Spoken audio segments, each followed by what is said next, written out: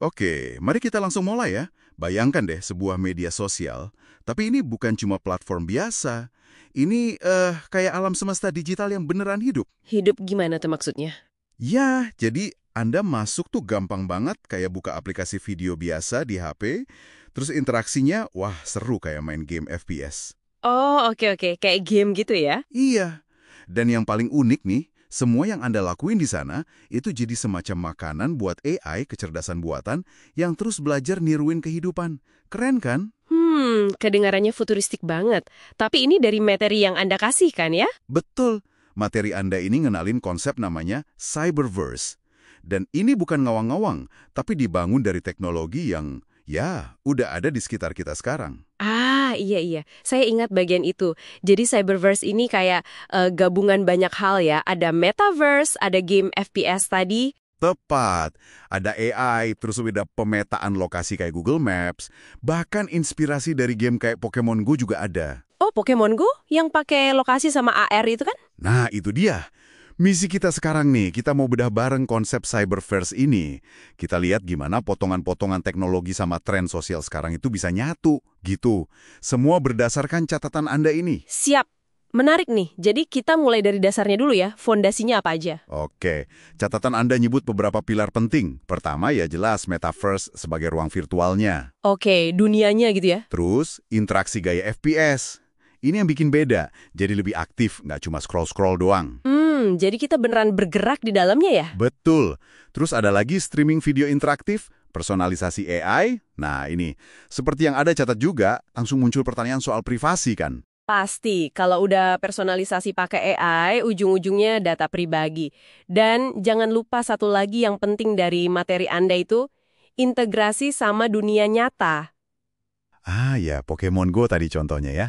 Persis, itu contoh kunci banget. Gimana game itu bisa nyambungin dunia maya sama fisik pakai GPS dan AR. Itu bukan sekedar fitur, tapi inspirasi utama buat cyberverse. Pengalaman digital nyambung ke konteks dunia nyata kita. Oke. Jadi fondasinya udah kebayang. Nah, dari situ gimana cyberverse ini digambarkan? Katanya aksesnya gampang ya? Banget, ini yang menarik. Nggak perlu kacamata VR mahal atau alat aneh-aneh. Cukup komputer biasa atau HP Android. Semudah buka YouTube katanya. Wah, itu penting tuh biar banyak yang pakai. Iya kan? Terus pas udah masuk, nah pengalamannya beda. Kita jadi avatar. Di materi Anda ada contohnya. Pengguna Tini jadi avatar Tron. Oke, jadi kita punya representasi digital. Dan interaksinya itu pakai gaya FPS, jadi beneran kerasa hadir di sana. Kita gerak, kita bereaksi, kita bertindak di dalam ruang itu. Beda sama medsos biasa. Nah, ini nih yang makin dalam. Cyberverse ini kan katanya bukan ruang pasif ya di riset Anda. Disebutnya alam semesta digital yang hidup. Terus ada istilah blok-blok sama unit-unit AI. Itu gimana tuh unit AI? Oke, coba bayangin unit AI ini bukan kayak satu karakter super pinter gitu ya, tapi lebih kayak pakai analogi di materi Anda, organisme digital kecil-kecil. Organisme digital kayak apa tuh? Mungkin kayak semut digital gitu. Perilakunya simple, tapi kalau udah banyak, bisa bikin ekosistem yang kompleks dan adaptif. Wow. Dan semua ini dikoordinasi sama yang namanya Super AGI. Kecerdasan buatan umum yang belajar terus. Super di sini maksudnya dia bisa ngolah data dari jutaan interaksi pengguna secara real time. Dan sumber belajarnya itu, ya kita. Penggunanya. Tepat sekali. Setiap klik, setiap gerakan, setiap pilihan si Tiny sebagai Tron, itu jadi data mentah. Materi Anda jelas banget bilang cyberverse itu memakan data ini. Memakan ya? Agak ngeri juga kedengarannya. Iya, tapi tujuannya bukan cuma buat iklan personal. Ini lebih dasar lagi. Buat melatih si unit-unit AI tadi, buat bangun komunitas AI baru, bahkan bikin konten secara dinamis. Tunggu, jadi data kita dipakai supaya AI-nya bisa niru perilaku manusia. Itu implikasi yang, wah, gede banget ya. Catatan Anda juga nyinggung ini kan? Gede banget. Sumber Anda secara spesifik nyebut potensi si unit AI ini belajar niru nuansa interaksi manusia. Bahkan mungkin bisa ngebentuk persona AI sendiri berdasarkan pola perilaku kita. Nah, ini langsung nyambung ke pertanyaan etis dan privasi yang Anda garis bawahi juga. Sejauh mana data kita diolah, buat apa aja, ini bukan cuma data log biasa loh, tapi data perilaku. Iya, kebayang. Selain dunia AI internal ini, ada koneksi ke dunia fisik juga kan tadi, kayak Pokemon Go. Betul. Jadi Cyberverse ini nyambung ke lokasi fisik kita. Misalnya Anda lagi di satu tempat di Cyberverse, platform ini bisa nampilin info soal acara atau tempat di dunia nyata yang relevan sama lokasi Anda itu. Oh, jadi ada jembatan digital fisik gitu ya? Iya, itu salah satu keunikannya. Kalau dibandingin sama yang udah ada sekarang, kayak Meta Horizon atau VR Chat gitu. Apa sih bedanya Cyberverse ini menurut materi Anda? Miripnya ya di bagian dunia virtual sama avatarnya. Tapi uniknya, kayak yang ditekankan di riset Anda, ada 3 poin utama. Apa aja tuh? Pertama, integrasi dunia nyata yang lebih dalam, Badi. Kedua, fokus utamanya itu ke ekosistem AI yang terus belajar dan berevolusi. Ini bukan fitur sampingan, tapi mesin utamanya. Oke, AI-nya jadi pusatnya ya? Betul. Dan ketiga, aksesnya gampang, nggak harus pakai VR. Menarik. Tapi ya, konsep sekeren ini pasti bawa banyak pertanyaan juga ya. Di materi Anda juga disebutkan. Banget. Selain privasi data tadi, ada soal otonomi pengguna, terus potensi kecanduan yang bisa jadi lebih dalam lagi. Iya juga ya. Terus etika AI yang niru manusia sedekat itu, gimana coba?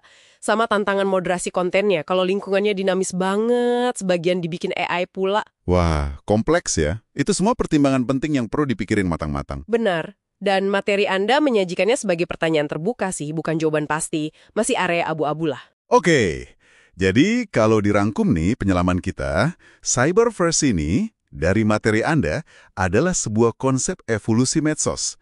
Aksesnya gampang, interaksinya imersif kayak game FPS, nyambung sama dunia nyata. Dan yang paling penting, punya ekosistem AI yang terus belajar dan membentuk dirinya sendiri dari data kita semua.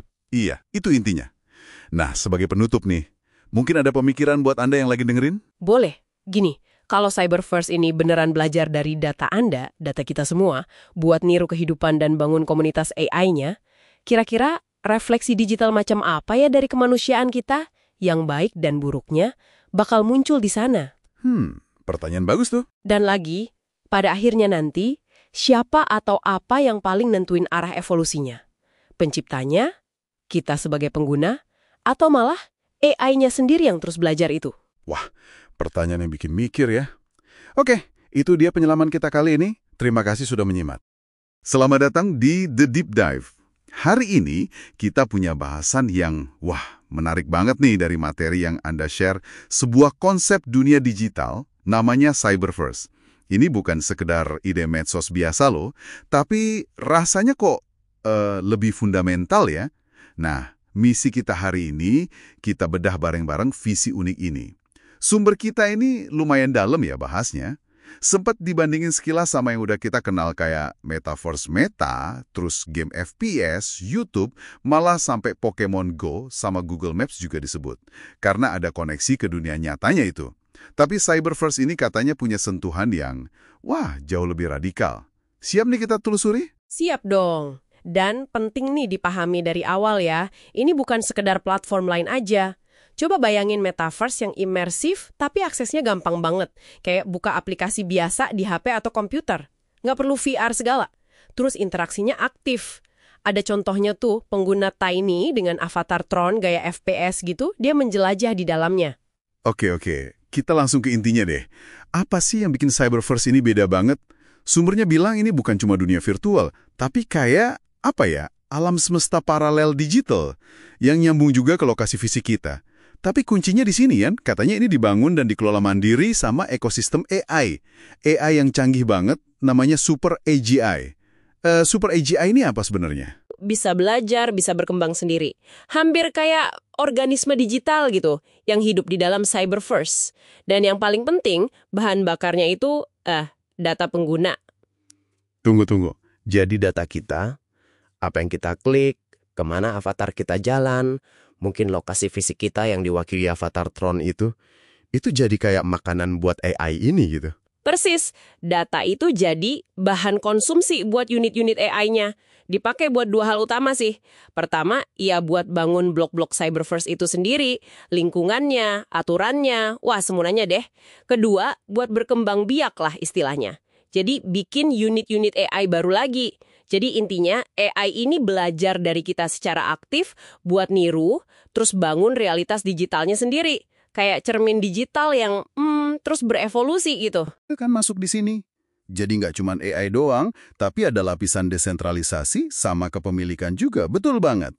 Masuknya blockchain ini bawa aspek desentralisasi, keamanan, dan yang penting banget nih, kepemilikan aset digital. Yang sah ya lewat NFT itu. Nah, dari sinilah muncul sesuatu yang benar-benar, mengubah permainan, model ekonomi simbiosis baru. Bisa kita sebut ekonomi user AI. Ekonomi user AI. Maksudnya, kita sebagai pengguna bisa transaksi langsung sama AI-nya gitu. Tepat sekali. Di model ini, data Anda itu bukan lagi sesuatu yang diambil diam-diam, tapi jadi kayak barang atau jasa yang Anda sediakan secara sadar. Nah, sebagai gantinya, AI yang ngolah data ini dia nambang atau hasilin cryptocurrency khusus Cyber First. Jadi Anda sebagai produsen data itu aktif berpartisipasi di ekonominya dan dapat imbalan kripto. Wah, ini kebalik banget ya. Biasanya kan kita khawatir data diambil AI. Di sini malah data jadi komoditas yang kita jual beli secara sadar sama AI, dapat nilai balik lagi. Tapi hubungannya nggak berhenti di situ aja kan? AI-nya nggak cuma makan data kita doang. Sama sekali nggak. Ini hubungan timbal balik simbiosis gitu. AI itu ngolah data kita jadi produk digital bernilai tinggi, bisa berupa software yang canggih banget, algoritma presisi buat manufaktur, atau mungkin malah solusi manajemen diagram alir yang kompleks gitu. Dan bagian menariknya, produk-produk AI ini dijual lagi. Ke siapa? Ya ke Anda pengguna di dunia nyata, pakai cryptocurrency Cyber First tadi. Jadi siklus penuh ya. Kita kasih makan AI pakai data, AI bikin kripto sama produk canggih, terus kita bisa pakai kripto itu buat beli produk AI atau ditukar. Nah, ini kan bawa kita ke implikasi yang lebih gede yang dibahas di sumbernya. Soal demokratisasi itu ya. Iya, betul. Implikasi pertama itu demokratisasi produksi. Bayangin aja, software AI canggih buat printer 3D atau pemotong laser presisi yang tadinya cuma bisa diakses industri gede, sekarang jadi terjangkau buat UMKM, bahkan individu. Ini kayak mematahkan monopoli teknologi produksi gitu. Nah, itu nyambung ke poin kedua, yang menurut saya paling, bikin kaget. AI bukan ngerebut kerjaan, tapi ngerebut monopoli pasar. Gimana tuh maksudnya? Daripada cuma gantiin pekerjaan manusia, model Cyber First ini malah bikin pasar baru yang luas banget buat semua orang. Dengan model data to earn tadi, dapat kripto dari data, plus akses gampang ke alat produksi canggih. AI ini justru mengubah kelangkaan kerjaan atau kemampuan produksi, jadi kelimpahan. AI malah jadi platform yang bikin lebih banyak orang bisa produksi dan berkreasi. Luar biasa. Jadi bukannya AI lawan manusia, tapi lebih kayak AI memfasilitasi manusia ya, dalam skala yang belum pernah ada sebelumnya. Itu visinya. Jadi ringkasnya gini, Cyber First itu, konsep alam semesta digital paralel, dibangun AI dari data kita. Jalannya pakai ekonomi simbiosis user AI, basisnya kripto dan blockchain. Potensinya yaitu mendemokratisasi produksi sama mengubah lanskap kerjaan di dunia nyata. Oke. Ini benar-benar penyelaman yang dalam ya.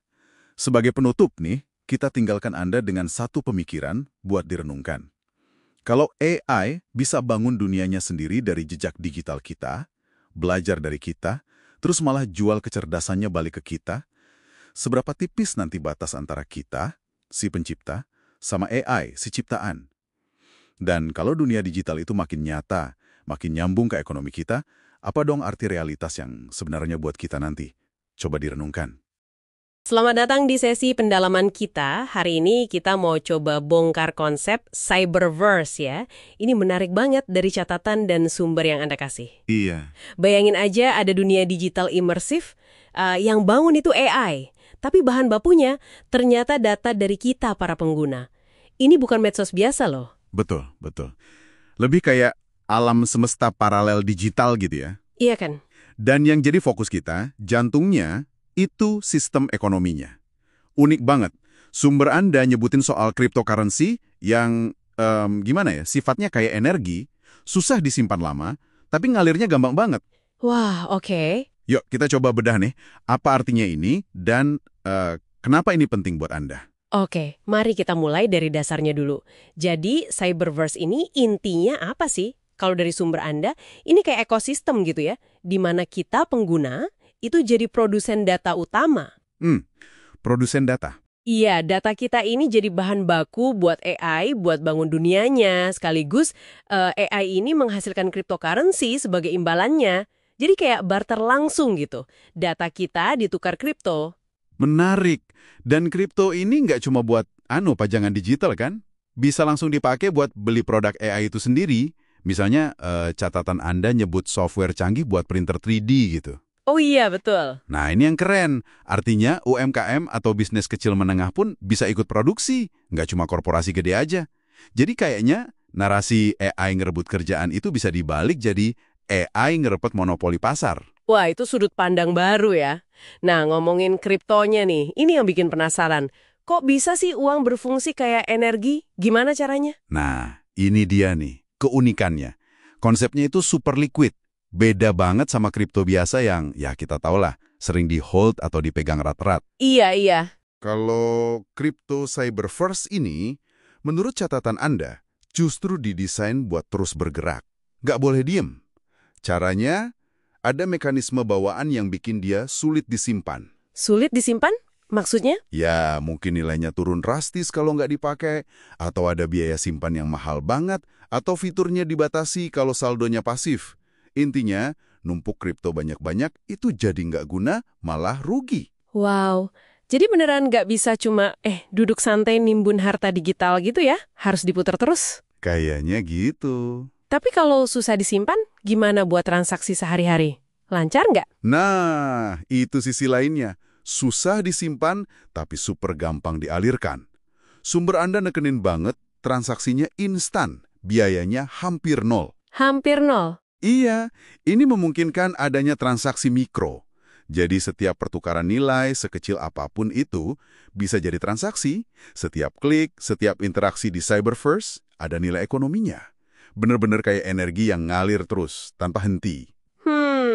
Analogi uang seperti energi ini jadi makin kebayang ya. Energi kan emang gitu, nggak pernah diem. Dia gerak terus, bikin ada kehidupan, ada perubahan. Persis. Kripto ini niru sifat itu. Dia dirancang buat terus bergerak, dorong aktivitas ekonomi, mancing inovasi, numbuhin ekosistem Cyberverse itu sendiri. Aliran uang ini ya kayak aliran energi dalam ekosistem. Oke. Kalau alirannya macet, misalnya karena ditimbun, ya ekosistem ekonominya bisa sakit, bisa kolaps. Sirkulasi itu kuncinya. Sumber Anda juga nyinggung itu kan? Iya, iya. Dan ada lagi nih ide yang lebih radikal kayaknya dari sumber Anda. Konsep hitung mundur menuju musnah. Kok serem gitu ya kedengarannya? Apa tuh maksudnya? Iya, kedengarannya dramatis ya. Tapi ini mungkin mekanisme paling ekstrim buat nyegah penimbunan tadi. Gampangnya gini, makin banyak kripto numpuk di satu akun, makin cepat nilainya susut atau bahkan bisa hangus sama sekali setelah waktu tertentu. Serius? Hangus? Begitu konsepnya, jadi satu-satunya cara nyimpen nilai dalam jumlah besar, ya dengan cara disebar. Distribusi ke banyak akun milik banyak orang lain. Tunggu. Jadi kalau saya kaya di Cyberverse ini, saya malah harus bagi-bagi ke orang lain, biar nggak hilang, gitu? Kurang lebih gitu, ya. Wah, gila juga ya. Implikasinya apa dong kalau gitu? Besar dong? Banget. Fundamental malah. Pertama, ya jelas. Ini secara otomatis bikin distribusi kekayaan jadi lebih merata. Nggak ada lagi tuh akumulasi pasif gede-gedean, uang ngalirnya ke orang yang aktif di jaringan. Oke. Kedua, ini maksa orang buat kolaborasi dan bangun jaringan sosial yang kuat. Anda butuh orang lain buat bantu simpen atau salurin kekayaan Anda itu. Jadinya, uang bukan cuma alat ekonomi, tapi juga alat sosial yang ngikat komunitas. Kayak energi ngikat partikel di alam gitulah.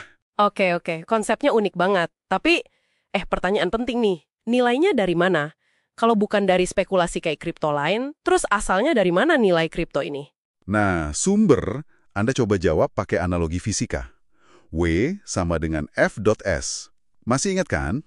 Usaha sama jarak ya? Betul. Jadi nilai atau kekayaan, W, itu nggak muncul gitu aja, tapi dari usaha atau energi nyata, F, force, effort. Ini bisa kerja komputasi AI, nilai data yang Anda kasih, atau nilai produk digital buatan AI tadi. Terus dikali sama jangkauan atau adopsi. S, space, spread. Seberapa luas kripto ini dipakai di jaringan. Oke.